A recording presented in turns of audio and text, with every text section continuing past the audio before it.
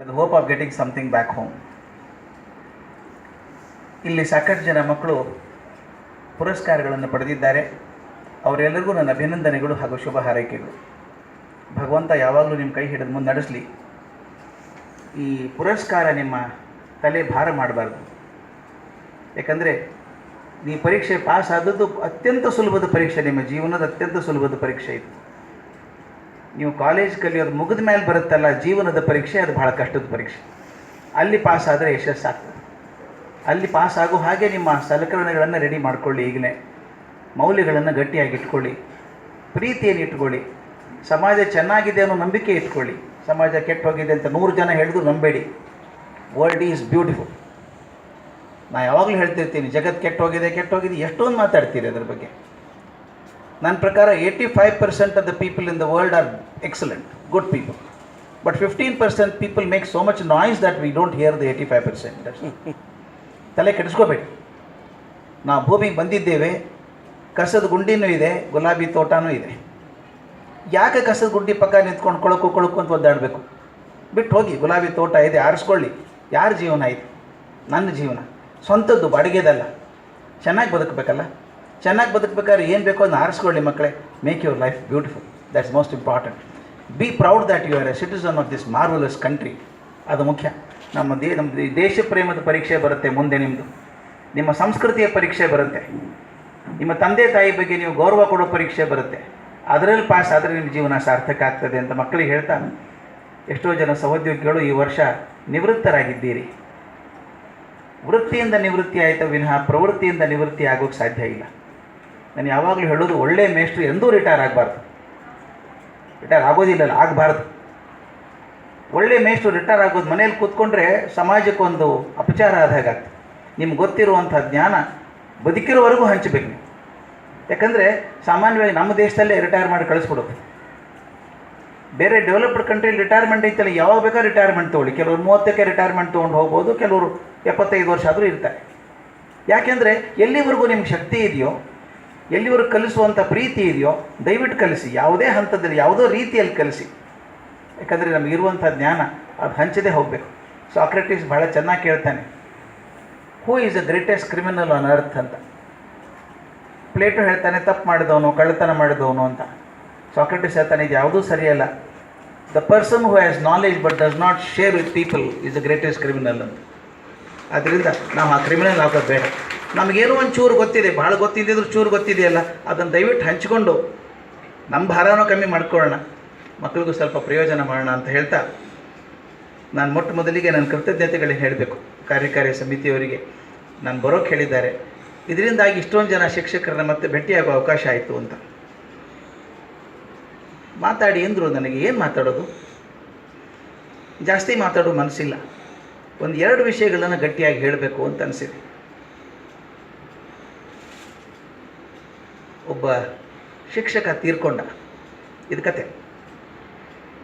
ಶಿಕ್ಷಕ ತೀರ್ಕೊಂಡ, ಒಳ್ಳೆಯ ಶಿಕ್ಷಕ, ಚೆನ್ನಾಗಿ ಪಾಠ ಮಾಡಿದ್ದಾನೆ, ರಾಷ್ಟ್ರಪತಿ ಪ್ರಶಸ್ತಿನೂ ಬಂದ್ಬಿಡುತ್ತೆ ಅವನಿಗೆ. ಆಗೊಂಚೂರು ಹೆಮ್ಮೆನೂ ಇತ್ತು, ನಾನು ರಾಷ್ಟ್ರಪತಿ ಪ್ರಶಸ್ತಿ ಪಡೆದಂಥ ಶಿಕ್ಷಕ ಅಂತ ಹೇಳಿ. ತೀರ್ಕೊಂಡ ಮೇಲೆ ಸ್ವರ್ಗಕ್ಕೆ ಹೋದ. ಅವ್ನು ಗೊತ್ತಿತ್ತು ಬಾಗಿಲು ತೆಗೆದೇ ಇರುತ್ತೆ, ಇಂಥ ಒಳ್ಳೆಯ ಶಿಕ್ಷಕನಿಗೆ ಬಾಗಿಲು ತೆಗೆದೇ ಇರ್ತದೆ ಅಂತ ಹೋದ. ಬಾಗಿಲು ಹಾಕಿತ್ತು. ಅವನಿಂದ ಏನಿದು, ನಾನು ಬಂದರೂ ಬಾಗಿಲು ತೆಗೆದಿಲ್ಲ, ಇಂಥ ಒಳ್ಳೆಯ ಶಿಕ್ಷಕ ಬಂದಿದ್ದೇನೆ ನಾನು, ಬಾಗಿಲು ತೆಗೆದಿಲ್ಲ ಅಂತ. ಬಾಗಿಲು ಬಡ್ದ 15 ನಿಮಿಷ ಬಾಗಿಲ ಬಡ್ದ, ಯಾರೂ ತೆಗಿಲಿಲ್ಲ. ಇನ್ನೂ ಜೋರಾಗಿ ಬಡ್ದಾಗ ಒಬ್ಬ ಒಳಗಿನ ಧ್ವನಿ ಅಂತ, ಯಾರಿದ್ದ ಗಲಾಟೆ ಮಾಡೋದು ಸ್ವರ್ಗದಲ್ಲಿ? ಯಾರು ಬಾಗಿಲು ಬಡಿತೀರಿ ಅಂತ ಹೇಳಿ ಒಂದು ಸಣ್ಣ ಕಿಟಕಿ ತೆಗೀತು. ಅಲ್ಲಿಂದ ದ್ವಾರಪಾಲಕ ಕೇಳಿದೆ, ಯಾರಪ್ಪ ನೀನು, ಯಾಕೆ ಬಾಗಿಲು ಬಡಿತೀಯಾ ಅಂತ ಕೇಳಿದ. ನಾನು ಶಿಕ್ಷಕ, ಆದರ್ಶ ಶಿಕ್ಷಕ, ನಾನು ರಾಷ್ಟ್ರಪತಿ ಪ್ರಶಸ್ತಿ ಪಡೆದವನು, ನಾನು ಬಂದಿದ್ದೀನಿ, ನಾನು ಬಾಗಿಲು ತೆಗಿಯಲ್ವಾ ಅಂತ ಕೇಳಿದ. ಸುಮ್ಮನೆ ಗದ್ದಲ ಮಾಡಬೇಡ, ದ್ವಾರಪಾಲಕ ಗದ್ದಲ ಮಾಡಬೇಡ, ನೀನು ಮೊದಲು ನಿನ್ನ ಹೆಸರು ಲಿಸ್ಟಲ್ಲಿ ಇದೆಯಲ್ಲ ನೋಡ್ಕೊಂಬರ್ತೀನಿ ಮೊದಲು ನಾನು. ಯಾಕಂದರೆ ಯಾರ್ಯಾರು ಬರಬೇಕು ಅಂತ ಲಿಸ್ಟ್ ಹಾಕಿರ್ತಾರೆ. ನಿನ್ನ ಹೆಸರು ಇದೆಯಲ್ಲ ನೋಡ್ಕೊಂಬರ್ತೀನಿ ಅಂತ. ನೋಡ್ಕೊಂಬ, ಗ್ಯಾರಂಟಿ ಇದ್ದೇ ಇರ್ತಾನೆ ನನ್ನ ಹೆಸರು ಅಂದ. ಅವನು ಹೋಗಿ 5 ನಿಮಿಷ ಬಿಟ್ಟು ಬಂದು ಹೇಳಿದ, ನೀನು ಹೆಸರಿಲ್ಲ ಹೋಗಯ್ಯ ಅಂದ. ಇವನೊಂದು, ಅಯ್ಯೋ ನಾನು ಅಂಥ ಒಳ್ಳೆ ಮೇಷ್ಟ್ರು, ಅಷ್ಟೆಲ್ಲ ಪ್ರಶಸ್ತಿ ಪಡೆದಿದ್ದೀನಿ, ನನಗೆ ಅದು ಜಾಗ ಇಲ್ಲ. ನಾ ದೇವ್ರನ್ನ ಕೇಳಿದೆ, ಇವನು ಭಾಳ ಕೇಳ್ತಿದ್ದಾನೆ, ಹೊರಗಡೆ ಅವನ ಮನುಷ್ಯ ಇದ್ದಾನೆ, ಅವ್ನು ಒಳಗೆ ಕರಿಬೇಕಾ ಅಂತ ಕೇಳಿದೆ. ದೇವ್ರು ಏನು ಹೇಳಿದ ಗೊತ್ತಾ? ಅವನು ಹೇಳು, ಮೈ ಮೇಲೆಲ್ಲ ಅಂಟ್ಕೊಂಡಿದೆಯಲ್ಲ ಸತ್ತ ಶಬ್ದಗಳು ಧೂಳು ಅಂಜಾಡಿಸ್ಕೊಂಬ ಅಂತ ಹೇಳು ಅಂತ. ಭಾಳ ಒಳ್ಳೆಯ ಮಾತಿತ್ತು. ಸತ್ತ ಶಬ್ದಗಳ ಧೂಳು ಮೈಗೆಲ್ಲ ಅಂಟ್ಕೊಂಡಿದ್ದೆಲ್ಲ ಜಾಡಿಸ್ಕೊಂಬ ಅಂತ ಹೇಳು ಒಂದು. ಇವನೊಂದು ನನ್ನ ಮೈಗೆಲ್ಲ ಅಂಟ್ಕೊಂಡಿದ್ದ ಧೂಳು, ಅದು ಸತ್ತ ಶಬ್ದಗಳು ಅಂದರೆ ಏನು ಅರ್ಥ? ನೀವು ಹೋಗಯ್ಯ ವಿಚಾರ ಮಾಡು ಅಂತ ಬಾಗಿಲು ಹಾಕ್ಕೊಂಬಿಟ್ಟ ಒಳಗಡೆ. ಇವನು ಹೊರಗಡೆ ಬಂದು ಕೂತ್ಕೊಂಡ, ಅಳು ಬಂದುಬಿಡ್ತು ಅವನಿಗೆ. 30-40 ವರ್ಷ ಚೆನ್ನಾಗಿ ಪಾಠ ಮಾಡಿದ್ದೀನಿ, ಮಕ್ಕಳು ನಾನು ಇಷ್ಟಪಟ್ಟರು, ಜಗತ್ತು ಇಷ್ಟಪಡ್ತು, ನನ್ನ ಪ್ರಶಸ್ತಿ ಬಂತು, ಆದರೂ ಇದೇನು ದೇವ್ರು ಹೇಳಿದ್ದು ನನಗೆ? ಸತ್ತ ಶಬ್ದಗಳ ಧೂಳು ಅಂದರೆ ಎಲ್ಲಿ ಇಟ್ಕೊಂಡಿದ್ದೆ ಮೈಗೆ? ಕೂತು ಸ್ವಲ್ಪ ವಿಚಾರ ಮಾಡಿದ, ಅನ್ನಿಸ್ತು ಹೌದಲ್ವಾ, ನಾನು ಬಳಸಿದ್ದೆಲ್ಲ ಸತ್ತ ಶಬ್ದಗಳೇ. ಅವ್ರು ಹೆಂಗೆ ಹೇಳಿದರು, ಇವ್ರು ಹೆಂಗೆ ಹೇಳಿದರು, ಅವ್ರು ಹೆಂಗೆ ಹೇಳಿದರು, ಟೆಕ್ಸ್ಟ್ ಬುಕ್ಕಲ್ಲಿ ಹೆಂಗಿದೆ, ಗೈಡಲ್ಲಿ ಹೆಂಗಿದೆ ಅಂದ್ಕೊಂಡು ಹೇಳ್ಕೊಂಡೇ ಬಂದೆ. ನಾನು ಮತ್ತೊಬ್ಬರ ಮಾತುಗಳನ್ನೇ ಹೇಳ್ಕೊಂಡು ಜೀವನ ಕಳೆದೆ, ನನ್ನ ಮಾತುಗಳನ್ನು ಹೇಳಲೇ ಇಲ್ಲ ನಾನು ಯಾವತ್ತೂ. ಅವೆಲ್ಲ ಸತ್ತ ಶಬ್ದಗಳು. ಯಾವಾಗಲೂ ಸಂಚಲನ ಉಂಟು ಮಾಡ್ತದೆ ಅಂದರೆ ಆ ಸಪ್ತ ಶಬ್ದಗಳಿಗೆ ಶಕ್ತಿ ತುಂಬುವಂಥ ಶಕ್ತಿ ನನ್ನಲ್ಲಿದ್ದಾಗ ಮಾತ್ರ ಶಕ್ತಿಯುತ ಶಬ್ದಗಳಾಗ್ತವೆ. ನಾನು ಮತ್ತೊಬ್ಬರ ಮಾತುಗಳನ್ನೇ ಹೇಳಿ ಬಂದುಬಿಟ್ಟೆ, ಆದರೆ ನನ್ನ ಜೀವನದಲ್ಲಿ ಅಳವಡಿಸ್ಕೊಳ್ಳೇ ಇಲ್ಲ. ಅವನು ಮಕ್ಕಳಿಗೆ ಹೇಳಿದ್ದಷ್ಟೇ ಕರಿ, ಆದರೆ ನನ್ನ ಮನಸ್ಸನ್ನು ಅಳವಡಿಸ್ಕೊಳ್ಳಿಲ್ಲ. ಆದ್ದರಿಂದ ಅದು ಸತ್ತ ಶಬ್ದಗಳ ಧೂಳು ಮಾತ್ರ ಇದೆ. ಭಗವಂತ, ಈ ಜನ್ಮ ಏನಾಯಿತೋ ಗೊತ್ತಿಲ್ಲ ನನಗೆ, ಮುಂದಿನ ಜನ್ಮದಲ್ಲಾದರೂ ನಾ ಮಾತಾಡೋದನ್ನು ನನ್ನ ಜೀವನದಲ್ಲಿ ಅಳವಡಿಸ್ಕೊಳ್ಳೋ ಹಾಗೆ ಮಾಡಿಬಿಡು ಮಾರಾಯ. ಅದು ಸಪ್ತ ಶಬ್ದಗಳಾಗೋದು ಬೇಡ, ನನ್ನ ಶಕ್ತಿಯುತ ಶಬ್ದಗಳಾಗಲಿ ಅಂತ ಕೂತ್ಕೊಂಡು ಹತ್ತಿಬಿಟ್ಟ, ಬಿಕ್ಕಿ ಹತ್ತಿಬಿಟ್ಟ. ಮುಂದಿನ ಜನ್ಮ ಆದರೂ ಆಗಲಿ ಅಂತ. ಅಷ್ಟೊತ್ತಿಗೆ ಹಿಂಗೆ ಸದ್ದಾದಂಗೆ ಆಯ್ತಾನೆ. ತಿರುಗಿ ನೋಡ್ದ, ದ್ವಾರಪಾಲಕಿಂದ ಬಾ, ದೇವ್ರು ಕರಿತಾನೆ ಒಳಗೆ, ನೀ ಹತ್ತಿದೆಯಲ್ಲ, ಪಶ್ಚಾತ್ತಾಪ ಆಯಿತು, ಬಂದ್ಬಿಡು ಒಳಗಡೆ ಅಂತ. ಎಷ್ಟು ಮೀನಿಂಗ್ಫುಲ್ ಸ್ಟೋರಿ ಅಂದರೆ ಇದು ಭಾಳ ನಮಗೆ ಇಷ್ಟವಾದಂಥ ಕತೆ.